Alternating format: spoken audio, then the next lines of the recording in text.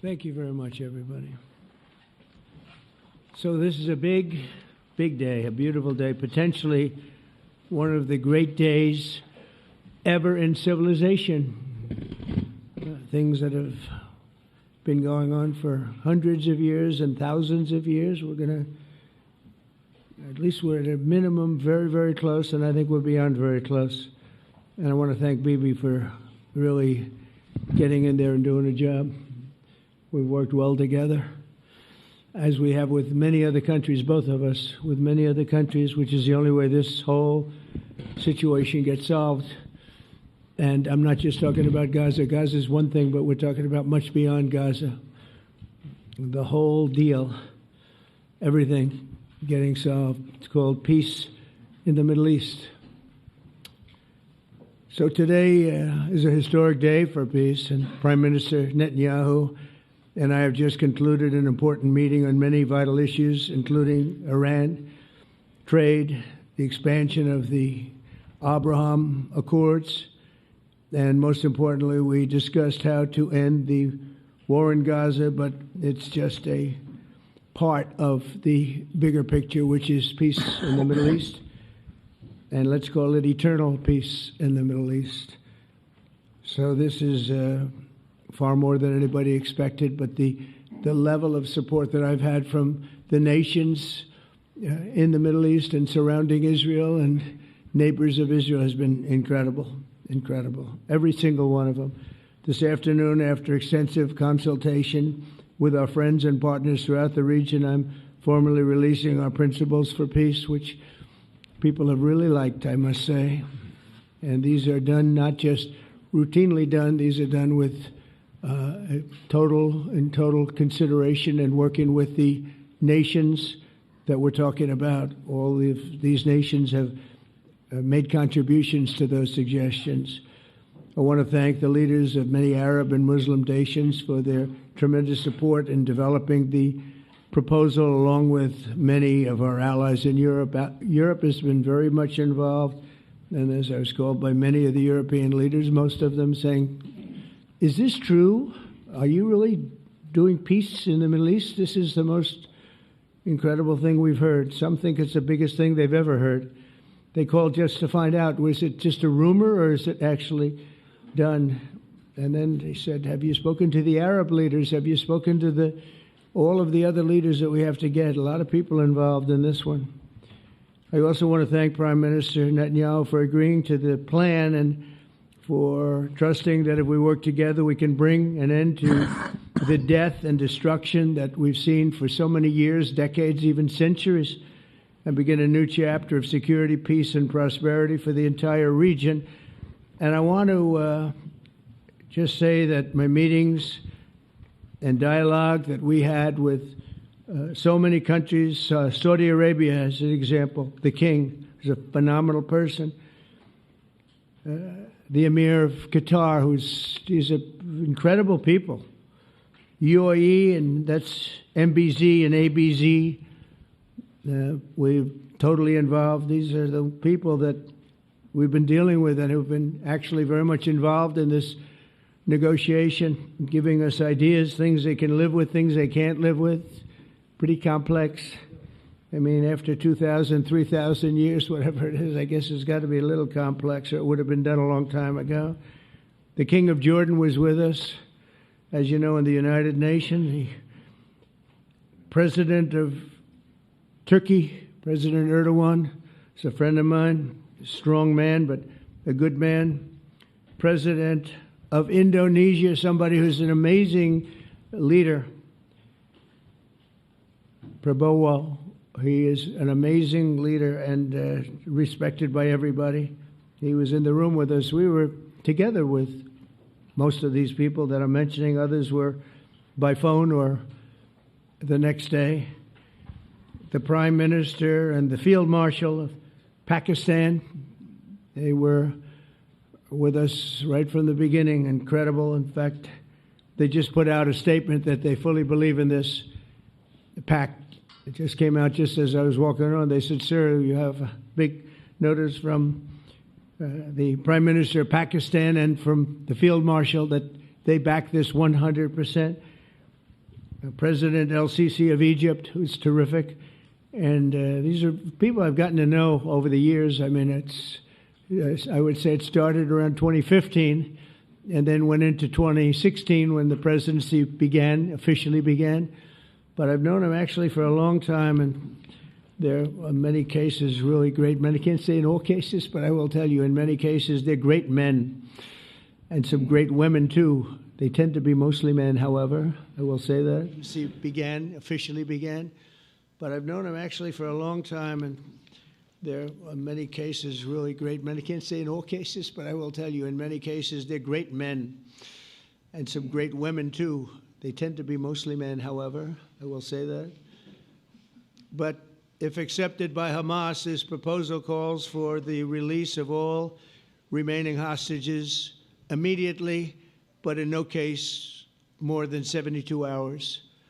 So the hostages are coming back, and I hate even saying this from the standpoint, doesn't sound right, but it is so important to the parents. The bodies of the young men, I believe in almost all cases, the young men are coming back immediately. I met with parents. The parents felt as strongly about getting the body of their dead boy back as they did as though the boy were alive and well. It's so important to them. And it means the immediate end to the war itself, not just Gaza. It's the war itself. Under the plan, Arab and Muslim countries have committed, and in writing in many cases, but I actually would take their word for it. The people I mentioned, I'd take their word for it, to demilitarize Gaza, and that's quickly. Decommission the military capabilities of Hamas and all other terror organizations. Do that immediately. And we're relying on the countries that I named and others to deal with Hamas. And I'm hearing that Hamas wants to get this done too, and that's a good thing. And destroy all terror infrastructure, including the tunnels, weapons, production facilities. They have a lot of production facilities that we're destroying. They'll also help train local police forces in the areas that we're discussing right now, in particular in and around Gaza, working with the new transitional authority in Gaza. All parties will agree on a timeline for Israeli forces to withdraw in phases. They'll be withdrawing in phases. No more shooting, hopefully. As progress is made toward achieving these goals, Arab and Muslim nations need to be allowed the chance to fulfill these commitments of dealing with Hamas. They have to deal with them because they were the one group that we have not dealt with. I haven't dealt with them. But the Arab countries are going to, and Muslim countries are going to be dealing with Hamas, and I believe they've already been there. I think they probably have an understanding, and they haven't maybe mentioned that, but I would imagine they do. Otherwise, they wouldn't have gone as far as they've gone. If they're unable to do so, then Israel would have the absolute right and actually our full backing, the U.S. full backing. Marco's here, and a lot of our leaders are here, our great Vice President, Susie Wiles, Steve Witkoff, Jared Kushner. They've been so involved in this process. I don't think anybody else could have done it or even come close. But it's we're right there. We're right there. First time in thousands of years, I think you can probably say, if you really look into it, if you study back, if you're a scholar, you would say thousands of years. Israel would have my full backing to finish the job of destroying the threat of Hamas. But I hope that we're going to have a deal for peace. And if Hamas rejects the deal, which is always possible, they're the only one left. Everyone else has accepted it. But I have a feeling that we're going to have a positive answer. But if not, as you know, Bibi, you'd have our full backing to do what you would have to do. Everyone understands that the ultimate result must be the elimination of any danger posed in the region and the danger is caused by Hamas. The tyranny of terror has to end, and this is, again, something that we're looking for. This is eternity. This is for forever. To ensure the success of this effort, my plan calls for the creation of a new international oversight body, the Board of Peace, we call it, the Board of Peace, sort of a beautiful name, the Board of Peace, which will be headed, not at my request, believe me, I'm very busy, but we have to make sure this works. The leaders of the Arab world and Israel and everybody involved asked me to do this, so it would be headed by a gentleman known as President Donald J. Trump of the United States. That's what I want, is some extra work to do, but it's so important that I'm willing to do it, and we'll do it right, and we're going to put leaders from other countries on, and leaders that are very distinguished leaders, and we'll have a board, and one of the people that wants to be on the board is the UK former Prime Minister, Tony Blair, good man, very good man, and some others, and they'll be named over the next few days, and it'll be quite the board. Working, everybody wants to be on it now. I don't know if that had anything to do. They named me and everybody else wanted to be on it. I guess they figure, well, he's a soft touch. He'll be easy to deal with. Working with the World Bank and others, it will be responsible for recruiting and training a new government that will be made up of Palestinians along with highly qualified experts from all around the world. Hamas and other terrorist factions will play no role in the board, but they'll play no role in the governance of Gaza at all, directly or indirectly. As you know, thousands of Hamas leaders have been killed and soldiers have been killed. And we can never forget October 7th, but thousands have paid the price for that. And now it's time to get our hostages back and get back to trying to build something that's really great and very important. In our meeting today, Prime Minister Netanyahu was very clear about his opposition to a Palestinian state. And he continuously mentions October 7th, and I understand that. Most people do. And I understand and respect his position on many things, but what he's doing today is so good for Israel. I notice that they have large crowds gathering in Israel all the time, and they have my name up. They like me for whatever reason, maybe I don't know, but they do like me. But they say two things: please get the hostages back, and please end the war. They've had it. It's had it. So I think it's a very popular thing you do, because he's a warrior. He doesn't know about getting back to a normal way of life, but he is a warrior, and Israel's lucky to have him. But now the people want to get back to peace. They want to get back to normalization in a true sense. Several countries have foolishly recognized the Palestinian state. As you know, some of our European friends, allies, good people, but they're really, I think, doing that because they're very tired of what's going on for so many decades. They've been presidents and prime ministers for years, and during this time, having to do with the Middle East, all they're doing is talking about the same thing over and over. They want to see it get back. And nobody wants that more than me, or I believe Bibi too. But the people of Israel want it. They really want it. They want the hostages back. That includes the probably 32 bodies that we're talking about, 20 people that are living, 32 or so people that are dead, and they want to have peace. So let us not forget how we got here. Hamas was elected by the Palestinian people. Israel withdrew from Gaza thinking they would live in peace. Remember that a long time ago? They withdrew. They said, you take it. This is our contribution to peace. But that didn't work out. That didn't work out. It was the opposite of peace. They pulled away. They let them have it. And I never forgot that, because I said, that doesn't sound like a good deal to me. As a real estate person, I mean, they gave up the ocean, right? Ron, they gave up the ocean. They said, who would do this deal? And it still didn't work out. They were very generous, actually. And they gave up the most magnificent piece of land in many ways in the Middle East, and they said, all we want to do now is have peace, and that request was not honored. Instead of building a better life for the Palestinians, Hamas diverted resources to build over 400 miles of tunnels and terror infrastructure, rocket production facilities, and hid their military command posts and launch sites in hospitals, schools, and mosques. So if you went after them, you'd be after them, and you wouldn't even realize you ended up knocking out a hospital or a school or a mosque. That terrible thing, terrible, terrible way to have to fight. No fight is good, but that's a real bad one. So there are many Palestinians who wish to live in peace. Many, many, many. I've seen so many of them, and they have support.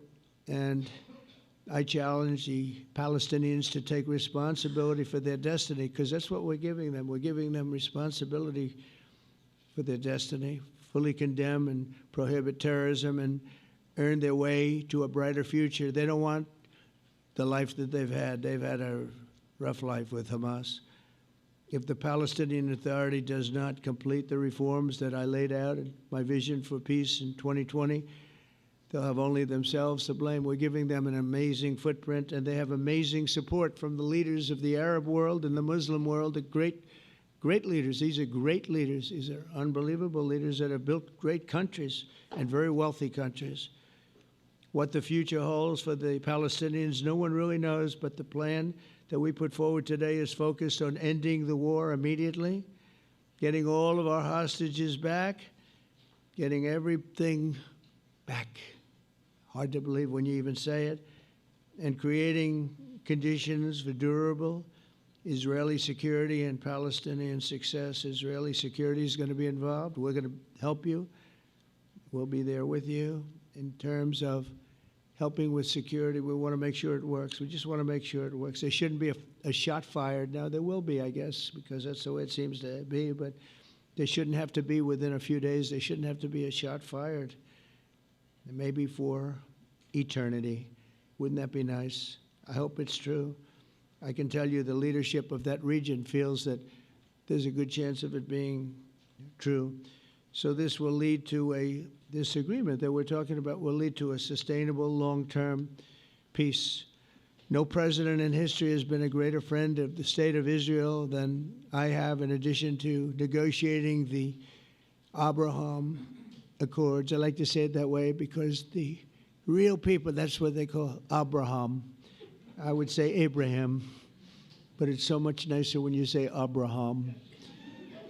So much more elegant.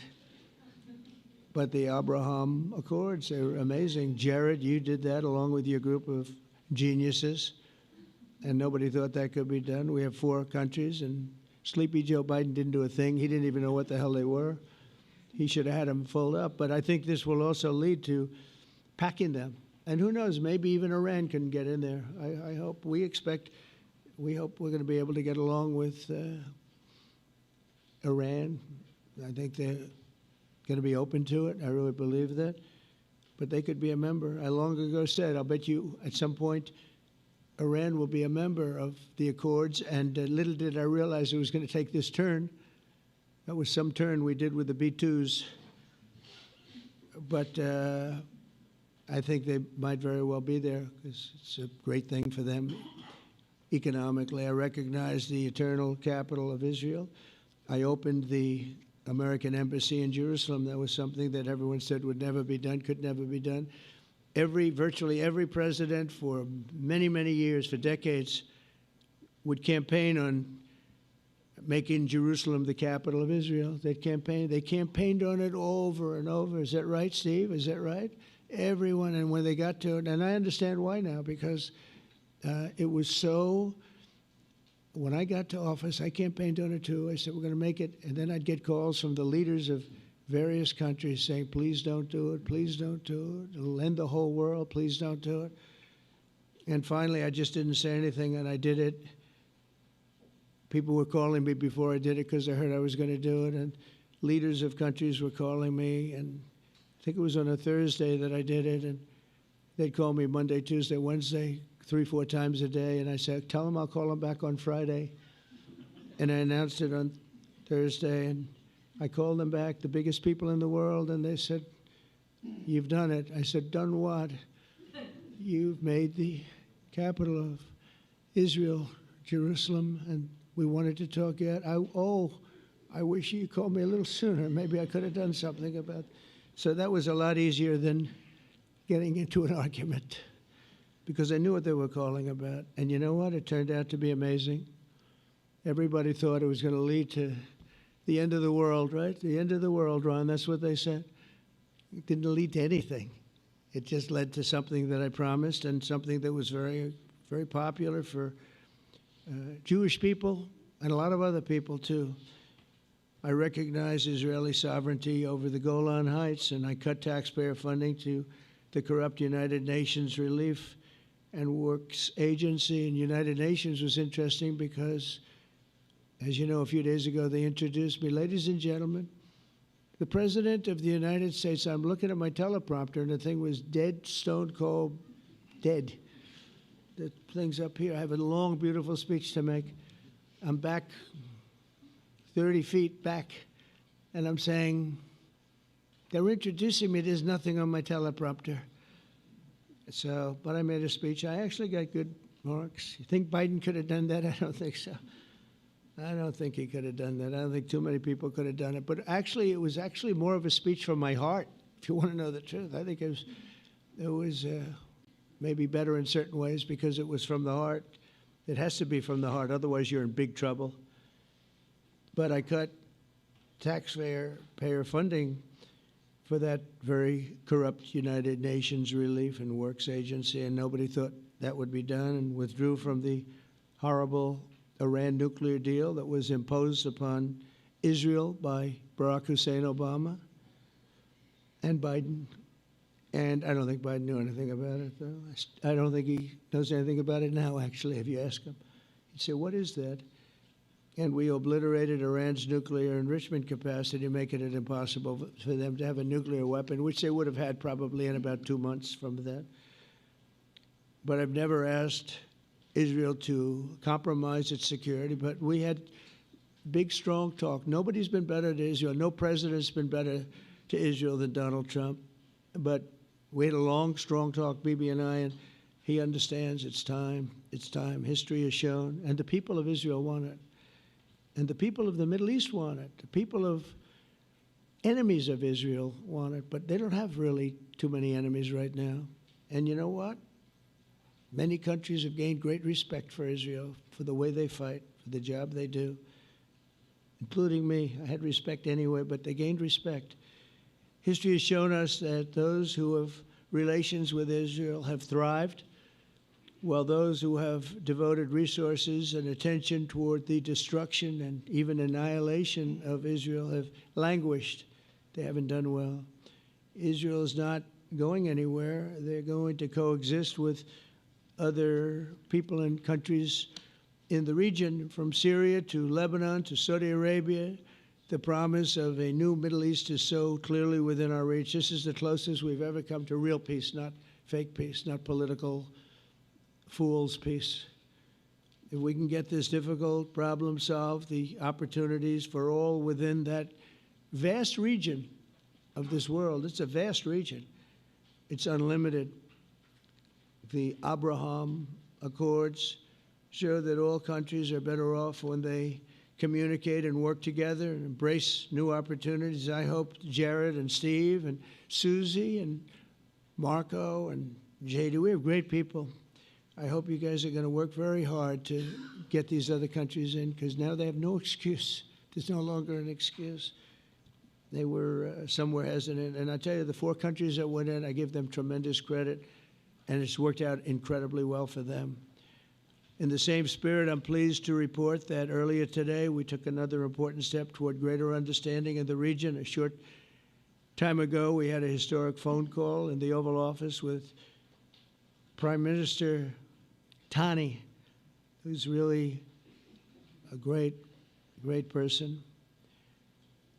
So we had a great talk, and I was on the phone, and Bibi was talking. Prime Minister Al Thani was of Qatar, was they really had a heart-to-heart conversation. It was a great conversation, I thought. It was productive. It was everything that you need to have something turn out to be successful. And I want to thank Bibi, and I want to thank the Prime Minister. It was fantastic. We agreed to launch a formal trilateral mechanism between Israel, Qatar, and the United States to begin a dialogue to enhance mutual security, correct misperceptions, and avoid future misgivings. And I want to thank Qatar, its leadership, and the Emir. He's a fantastic person. I think, I'm going to be his public relations man because I know him differently than a lot of people know him. But he wants peace. He wants to see peace. And his people, and they really acknowledge the critical role that they've played as mediator. And again, we're not quite finished. We have to get Hamas, but I think they're going to be able to do that. So now it's time for Hamas to accept the terms of the plan that we've put forward today. And again, this is a different Hamas than we were dealing with because I guess over 20,000 have been killed. Their leadership has been killed 3 times over. So you're really dealing with different people than we've been dealing with over the last 4 years, 5 years. Everyone has done their part and come to the table in good faith. Our Arab and Muslim partners are fully prepared to step up and fulfill their commitments for the benefit of the people of Gaza and the entire region. They're willing to step up and do a lot. They really are. There are a lot of good people involved. Everybody who wants to see an end to the violence and destruction should be united in calling for Hamas to accept the extremely fair proposal so that we can end the war and get us back our hostages right now and have everlasting peace. And I look forward to having relationships with everyone. As the chairman of the board, I'll be involved, and we'll have meetings with some very smart people that'll be working over there to make sure that we haven't just been wasting time with an agreement that doesn't get done. The task of building peace will not be easy. There are some of the hardest problems in the world to solve, and that's why it's been going on for so many centuries. But too many lives are at stake not to try, and this was more than a try. I mean, I think this is something that gets done when you have virtually every country, and these are powerful, powerful countries that have a lot of money, and the money can make things happen. A lot of countries try, and they don't have any money. These are very rich countries that can make things happen. So together we'll forge a much safer and more hopeful future for everybody, including Israel. And I want to thank Prime Minister Netanyahu for his partnership, and I want to thank all of the leaders, the kings and the emirs and the presidents and prime ministers, people I mentioned. And they've been absolutely fantastic to work with, and it's just happened very quickly. It's happened from a couple of weeks before I had a couple of meetings, but a couple of weeks before we went to the United Nations, and we had some incredible meetings. It all came to place. It all took place, and everybody wanted to be a part of it. I don't have anybody that's saying we don't want anything to do with it. It's just the opposite.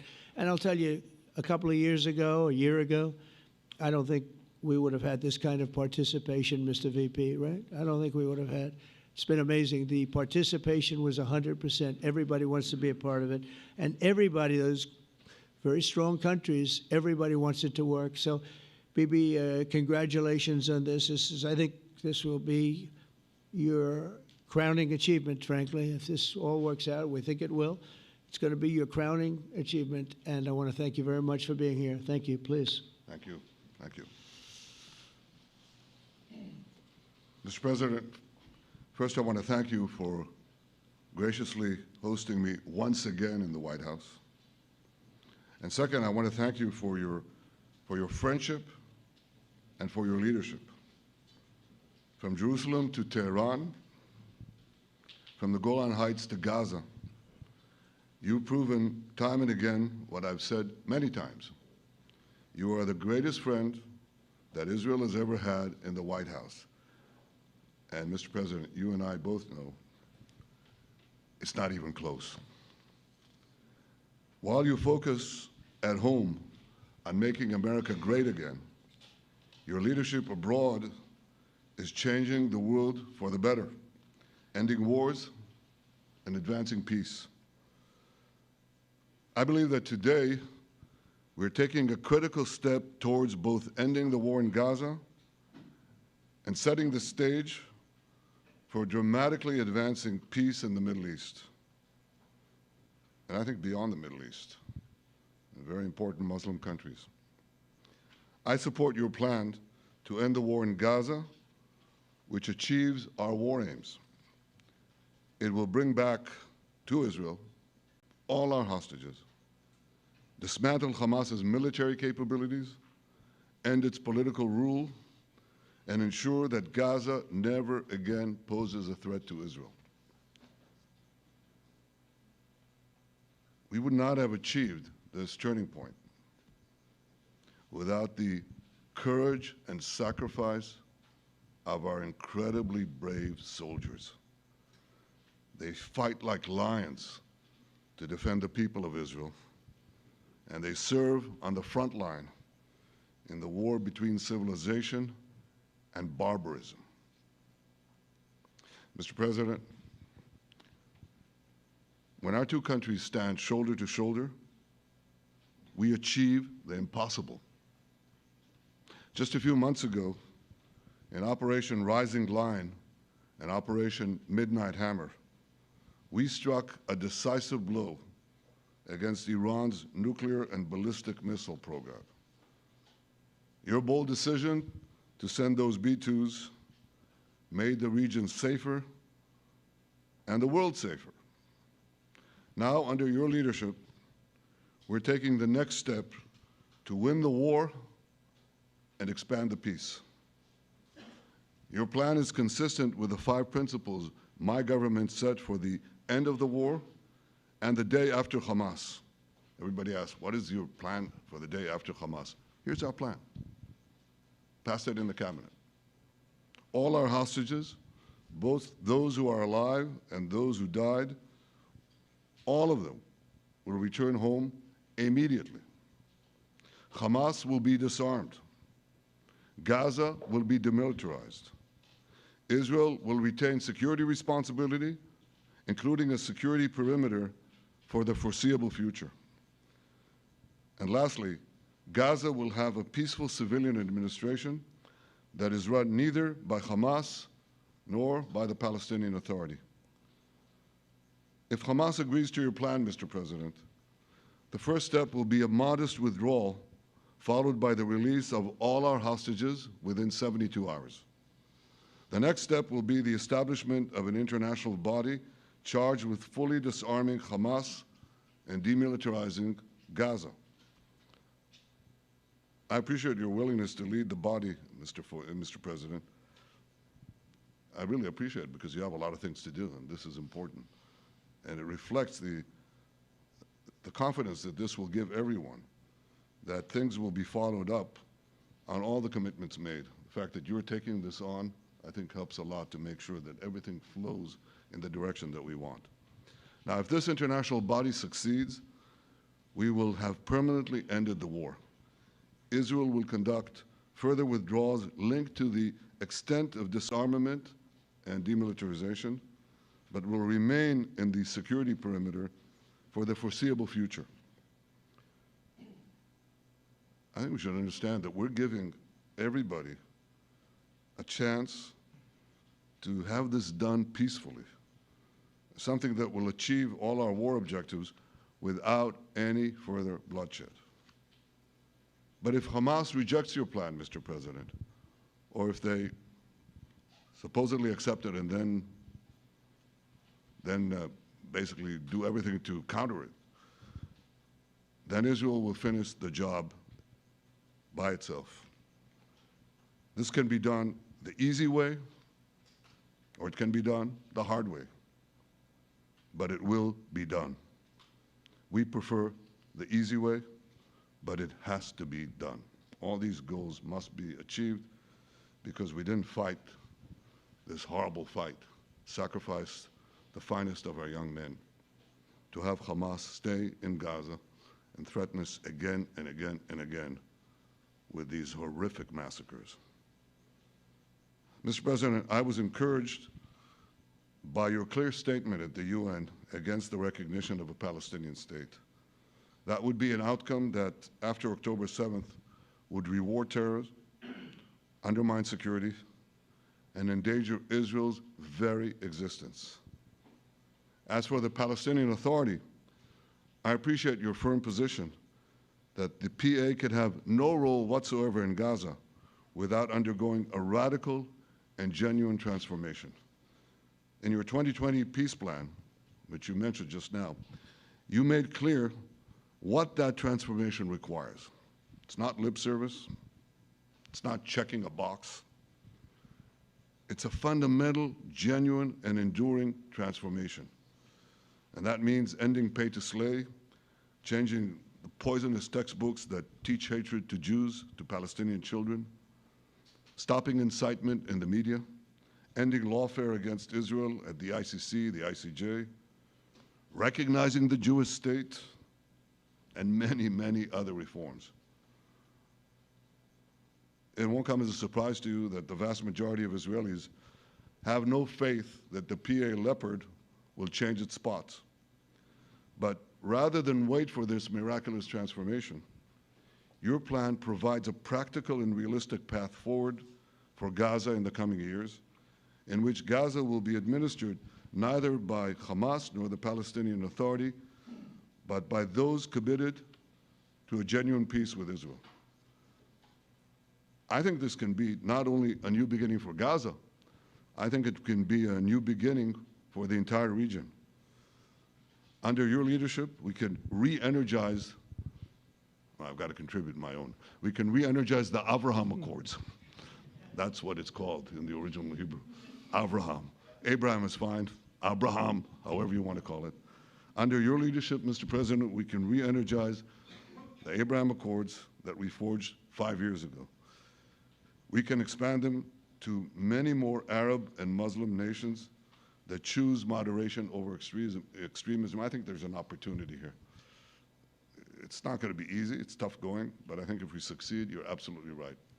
We're going to open possibilities that nobody even dreamed of. But I think we dream of them. As you've told me, Mr. President, and you've told the world many, many times, you said, remember October 7th. Remember October 7th. And we do. We will never forget the horrors of October 7th, and we will do whatever is necessary to make sure they don't happen again. Since October 7th, Israel's enemies have learned a hard truth. Those who attack us pay a heavy price, but those who partner with us advance progress and security for their peoples. President Trump just said it. It's also in the Bible. It says, those who will bless you will be blessed, and those who will curse you will be cursed. And that's actually what is happening. We want the blessings. I think we've done a lot in the past 2 years to end the curse. We're not finished, but we've done a lot. And we've done a lot together to end the curse. I want to thank your entire team for their efforts to get to this point. I especially want to thank Steve Witkoff and Jared Kushner for their indefatigable work to bring Israel and Arab states in the region closer together. I am deeply grateful to both of them for their work. We had a phone call today just to make it clear. I said to the Prime Minister of Qatar, Israel was targeting terrorists, wasn't targeting Qatar. And of course, we regretted the loss of the Qatari citizen, wasn't our target. And I very much appreciate President Trump's proposal to have a trilateral body, the United States, Israel, and Qatar, to work out respective grievances. There are quite a few. But if we could try to mitigate them or put it on a different footing, I think that'll be good for everyone. Above all the people, the fine team, and many helpers who've done this, I want to thank you, Mr. President. History has already shown that under your leadership, Israel and America can change the face of the Middle East. And today I'm hopeful that your plan to end the war in Gaza will do so again and do so soon. It will free our hostages end Hamas's tyranny in Gaza, and enable a more secure and prosperous future for the peoples of our region. Thank you, Mr. President. May God bless America. May God bless Israel. May God bless the indispensable alliance between our countries. And may I add in Hebrew, G'mal Chatima Tova, may we all be inscribed in the book of life. Thank you. Thank you very much, Bibi. So I think while we wait for these documents to be signed and get everybody in line, I think it maybe is not really appropriate to take questions. I'm meeting with, as you know, a couple of Democrats in a little while about the country, about keeping our country open. They're going to have to do some things because their ideas are not very good ones. They're very bad for our country. So we'll see how that works out. But this is something that was really historic today. This was something that was amazing. I think, Bibi, I mean, depending on you, I think while we're waiting for signatures and waiting for approvals from a lot of different countries that are involved in this, we probably shouldn't take questions? Or would you like to take a question or two from perhaps a friendly Israeli reporter, if there's such a thing? That's a very, very tough proposition. But I would think, Mr. President, that I would go by your instinct that this is, we'll have enough time for questions. Let's settle the issue first, I think. No, Thank you very much, everybody. Thank you.